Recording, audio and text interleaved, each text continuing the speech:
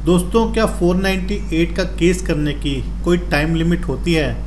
देखिए, बहुत बारी देखा गया है कि शादी के बाद जब पति पत्नी के रिश्ते ख़राब हो जाते हैं, जब उनमें मनमुटाव आ जाता है, तो ऐसे में वो अलग अलग रहने लग जाते हैं, यानी कि वो एक दूसरे से सेपरेट हो जाते हैं। ऐसे में पत्नी अपने मायके चली जाती है और कई साल अलग रहने के बाद भी, यानी कि 2 साल, 3 साल, 5 साल, 10 साल या उससे ज़्यादा साल अलग रहने के बाद भी पत्नी पति पर और उसके घर वालों पर, यानी कि अपने ससुराल वालों पर दहेज उत्पीड़न 498 और कई तरह के केसेस कर देती है।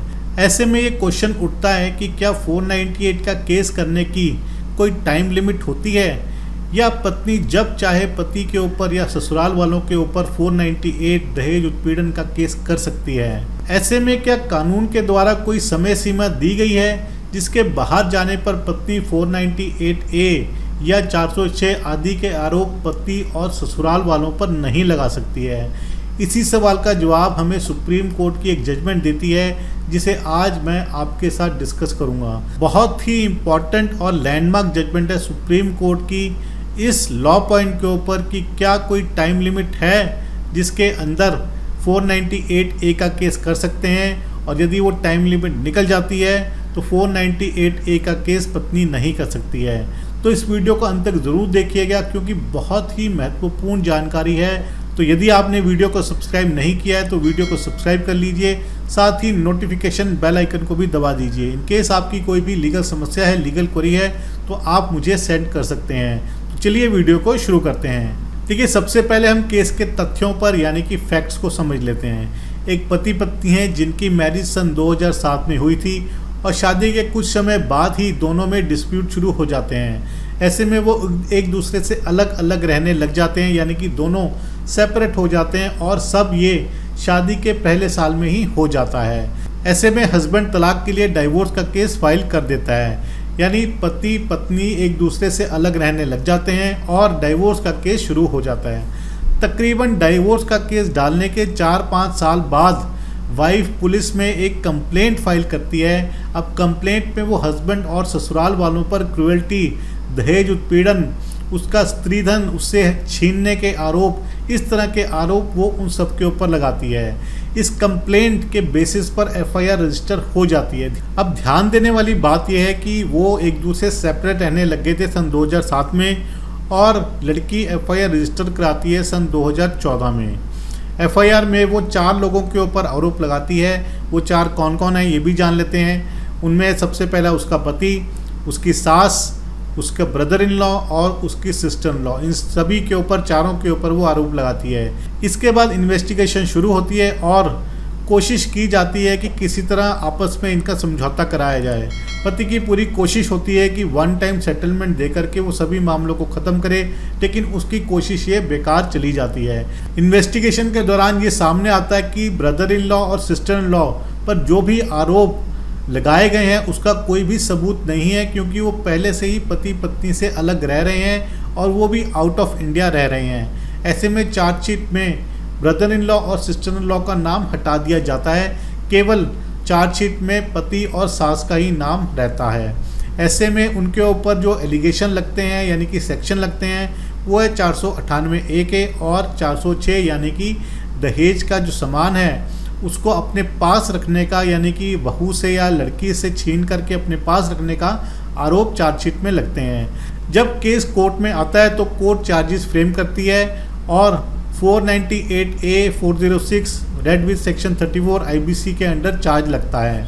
देखिए, ब्रदर इन लॉ और sister in law high court में FIR को क्वैश करने की एप्लीकेशन डालते हैं। जब हाई कोर्ट के सामने ये मैटर आता है तो ये देखते हैं कि ब्रदर इन लॉ और सिस्टर इन लॉ को तो चलान में नाम ही नहीं है, उनके ऊपर कोई चार्ज ही नहीं है, पर जो एप्लीकेशन लगाई गई है क्वैशिंग की, उसमें प्रेयर है कि चारों के खिलाफ FIR क्वैश हो।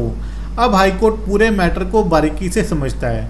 सबसे ज़्यादा गौर हाईकोर्ट करता है टाइम लिमिट पर। हाईकोर्ट ये ऑब्जर्व करता है कि ये FIR 3 साल से ज़्यादा समय के बाद दर्ज कराई गई है। अब देखिए, इसमें हमें थोड़ा सा CRPC को भी पिक्चर में लाना होगा, क्योंकि CRPC का सेक्शन 468 ये केसेस के टाइम लिमिट यानी कि लिमिटेशन के बारे में बताता है कि मजिस्ट्रेट कितने टाइम लिमिट तक के केसेस में कॉग्निजेंस ले सकते हैं। जिन केसेस में 1 से 3 साल तक की सज़ा हो सकती है, उन पर 3 साल के अंदर अंदर ही कॉग्निजेंस लेना होगा। यानी कि 3 साल के बाद अगर उनके ऊपर कॉग्निजेंस लिया जाता है तो वो नहीं लिया जाएगा, और अगर लिया जाता है तो वो गलत होगा, इल्लीगल होगा।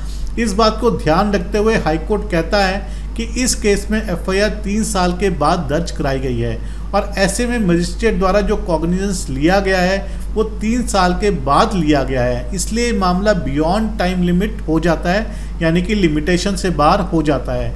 ऐसे में 498 की प्रोसीडिंग्स को पति और सास दोनों पर से ख़त्म कर दिया जाता है, यानी कि क्वैश कर दिया जाता है।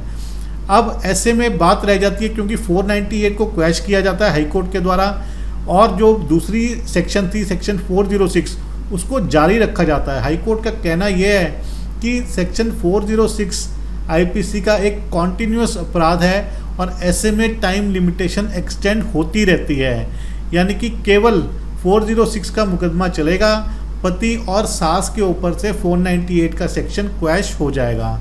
अब इस आदेश के खिलाफ पति और सास दोनों सुप्रीम कोर्ट में जाते हैं। इधर से जो लड़की है, वाइफ है, वो भी इसको चैलेंज करती है कि 498 क्वैश नहीं होनी चाहिए थी।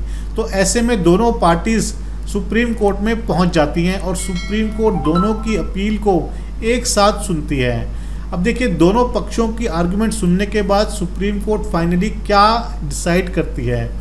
सुप्रीम कोर्ट कहती है कि ये एफआईआर बियॉन्ड टाइम लिमिट थी, यानी कि लिमिटेशन से बाहर थी, और दूसरा ये भी कहती है सुप्रीम कोर्ट की सारे मामले को देखकर ये लगता है कि एफआईआर केवल एक प्रेशर टैक्टिक्स बनाने के लिए थी, यानी कि ससुराल वालों पर दबाव बनाने के लिए थी। तो ऐसे में सुप्रीम कोर्ट पति और सास पर लगी एफआईआर को क्वैश कर देती है। इसमें देखिए 2 पॉइंट हमारे क्लियर होते हैं।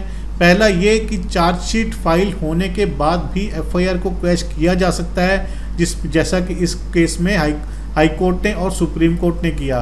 दूसरा ये है कि जो टाइम लिमिट था, यानी कि लिमिटेशन अंडर सेक्शन 468 सीआरपीसी का, वो कहता है कि यदि इंसिडेंट हुए 3 साल से ज़्यादा का टाइम हो गया है और उसके बाद एफआईआर दर्ज कराई जाती है तो मजिस्ट्रेट कॉग्निजेंस नहीं ले सकता है। तो ये एक बहुत ही इम्पॉर्टेंट और लैंडमार्क जजमेंट है जो हमें ये बताती है कि यदि पति पत्नी के आपस में जो भी इंसिडेंट हुए हैं उसको निकले हुए 3 साल से ज़्यादा हो गए हैं और 3 साल के बाद पत्नी जाकर के एफआईआर दर्ज कराती है, तो ऐसे में एफआईआर दर्ज नहीं हो सकती है।